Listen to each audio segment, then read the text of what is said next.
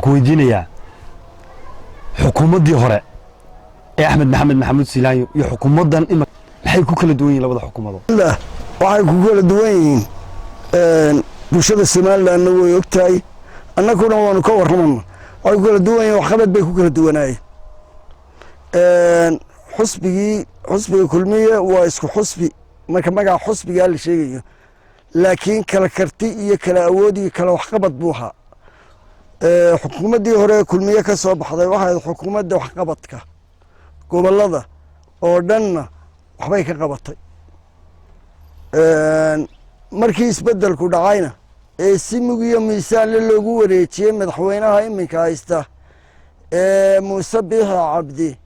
xildhiid runtii waxay ahayd waxaan adduunka ka dhicin qaabkii loogu wareejiyey waxaana lagaga tegey dad iyo dawlad iyo bulsho is haysa oo macnihii isku mid oo meel ka wada duulaysa waxaa la yidhi muuse ha loo codeeyo xusbiga kulmiye haddaanu nahay muusaan u wada codaynay intaanu leegnahay wuxuu noogu abaalguday muuse fartayda eeday baa odhan doontaan intii ii codaysay waa wax waayaheeda iyo waktigeeda waa wax kala fog weeye werigi waxaanu leenahay dee bulshaduna way aragtaa annaguna waanu aragnaa wax kala fog weeye runtii muuse waa madaxweynihii aanu dooranay fartayada ugu ridnay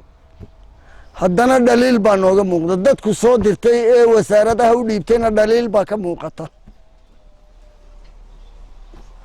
marka laga reebo hal farku tirisa inta kale dhaliil baa ka muuqata xukuumaddii wuu soo dhisay taana waxaad weydiisay weriye xukuumaddii hore iyo xukuumadda dambe isku mid may ahayn habeen iyo maalin baa loo kala guuraya xitaa wasiiradii hore iyo wasiirada iminka xukuumadda haya waxaa halkan yaalla gobollada bari markan ka imaado gobolka Saraar dadkii u codeeyaanu nidhi u codeeya haddaanu nahay xusbiga kulmiye xildhibaanadii laga doortay waar u codeeya dadka qaxootiga ee xoolihii ka dhammaadeen ee galbeed iyo bariba ka yaalla gobolka Saraar magaalo madaxda Caynaba waa awoodi waaye inuu biyo u keeno haraad iyo gaajo iyo dhaxan saddexdaasaa wada haya xildhibaan madaxweynaha haatan talada dalka haya 2017 isagoo isla gobolka Saraar gaar ahaan degmada Caynaba ku sugan waxa uu bulshada gobolka Saraar u ballan qaaday inuu darajada C ka bedeli doono isla markaana darajada B geyn doono ka golo deegaan ahaan ma ka hawl gashay waana wax manquula weeye madaxweynaha jamhuuriyadda Soomaaliland ee kulmiye aanu dooranay markuu kaambeyga ku jiray wuxuu yidhi 3 qodob oo Caynaba u ballan qaaday waxay ahayd inuu darajada sida ka bedelayo B geynayo waa qodob inuu garoonkii ciyaaraha dhisayo inuu biyo macaan u soo saarayo gobolka Saraar waayahay kaambeygii bay ahayd kaambeygii kadib madaxweynuhu isagoo kormeer kuwaas gobollada bari ayuu yimi Caynabo khayriyadda ayuu kaga dhawaaqay haddana maani laawine darajadii Caynabana biidii baan ka dhigayaa oo sidaan ka qaadayaa oo sidaan ballan qaaday haddeero madaxweynaha ayaan ka dhigayaa bii macaanana waan soo saarayaa 7 casho kadib bay idiin soo baxayaanoo halka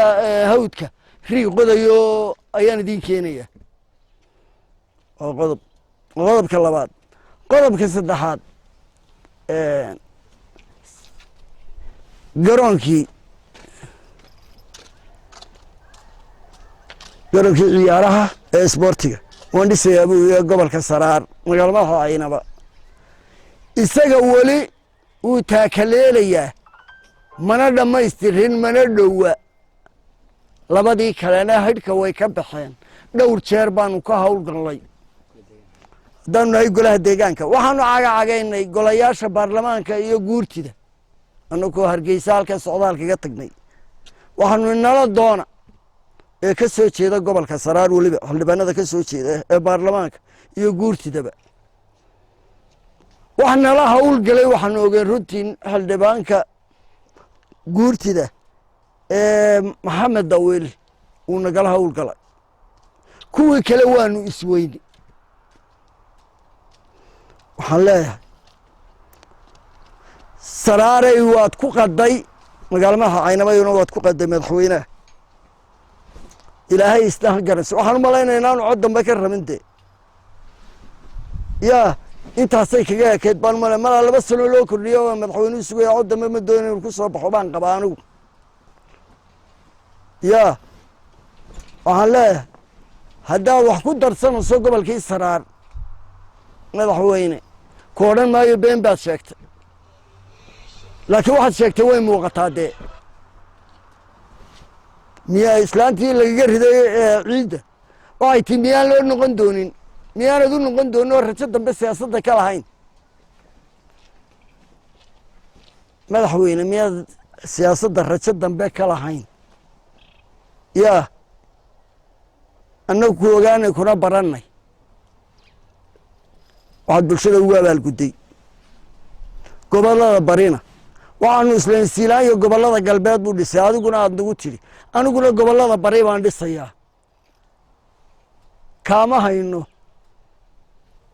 yaa waxaan noqoteen adiga madaxweyne ku-xigeenkii dee Gebile iyo Boorame haddii labada baahida Somaliland noqoto waxay la tahay de way aragtaa waqti casriya baa lagu jiraa waqti dadku ilbaxay baa lagu jiraa weli gobolka Saraar ardadii ka soo baxday ama jaamacadaha ha dhameeyeen ama secretary ha ka baxeen ma jirto 10 arday oo aado madaxweynaha ugu ballan qaaday shaqo ama aad siisay waayo ma soo gaaraan waxa Hargeysa lagu qaybsanayo waxa jira kuwa secretary-gii ka soo baxay jaamacadda dee nasiib u waayay oo qoysaskoodii ka bixin waayeen sida kuwa qaxootiga iyo kuwa danyarka Caynaba yaalaba bal bulshada taalo wuxuu ku darso gobolka Saraar baalna madaxweyne waa bulshadii ku dooratay iminkana labada dhinac bari iyo galbeed waxa ka yaala gobolka Saraar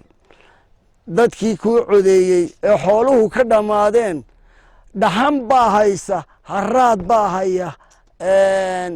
waxaan ku nigaaja haysa saddexdaas waa saddex cadaawo weeye bilaadanka ku dhaca habeenkii waa dhaxan oo qabow baa ku dhaca maantii biyo cabaan oo nadiif bay waayeen cunto ay caloosha geliyeenna way waayeen waa saddex ado weeye waxaan ku leenahay madaxweyne dee waxaa lagaaga baahan yahay bulshadii ku dooratay inaad isku wado oo galbeed iyo bariba isku eegto waxaan leeyahay xukuumaddaaduna waxay ila tahay dee meelaha ku dhow dhow unbay wax ka qabataa sida wasiirada iyo ka laftoodu kaa daran waxba uma yaalin bari inta kula joogta ee dheriga kala baxda dee bahalka halkaasay ku eegta iyo kale waxaanu leenahay haddii muusaydan xayirayna dee xayiraadda noo sheega haddaanu idin xayirinna gobollada ka soo jeedaan wuxuu qabta baahi weyn baa ka taagana halkaa laga ciyaaro miidiyaha wax laysku sawira waxba tari mayso laakiin wax qabad baa loo baahan yahay waxaanu arki jiray wasiirdee kulmiya markay ka soo qaadno way socon jireen laasqoray tulawi caddo waxbay baahida ay ururin jireen waa tegi jireen waxbaa laga qaban jiray jawaab baa ka iman jirtay tii kulmiye axmed maxamed maxamuud siilaanyo laakiin tan waxaad moodaa in afkaba juuqda gaba waxay ku odhanayaan annaga qarashkii baa nala ka yareeyey oo annaka laftayada hoosta loo dhimay nin aanu isagu fasixinna ma bixi karo wallaahi been maaha way nagu yidhaaheen waddanku markaa ma horeynuu soconnaa muusow ise dib baynuu soconnaa waxaad moodaa inaan dib u soconno reefis qaadanay waxaanu ku leenahay bari iyo galbeed waddanka xukuumadda ha u silnaadeen baanu leenahay baahi badan baa jirto bari xildhibaan waxaynu maraynaa gabagabadii barnaamijkeenuna wuxuu ku sii dholooyahay gabagabadii maxaad ugu baaqaysaa bulshada ku dhaqan gobolka waxaan ugu baaqayaa bulshada gobolka Saraar farteennii hore waxbaa laga yidhi ka tashada wixii dambe cod idinka doonaya oo cidaan been idiin sheegin idinla odhan fartii dhaqaniinaysaan ka tashada meel la ku ogaada cidna dhiil la gala waxa uu ahaa xildhibaan ka tirsan xildhibaanada golaha deegaanka ee degmada Caynaba kana soo baxay xisbiga maxaafidka ee kulmiye sanadii 2012 doorashadii ka dhacday Somaliland ee golaha deegaanka ee degmada Caynaba waxaan waraysi khaas ah siinayay telefishanka caalamiga Home Cable TV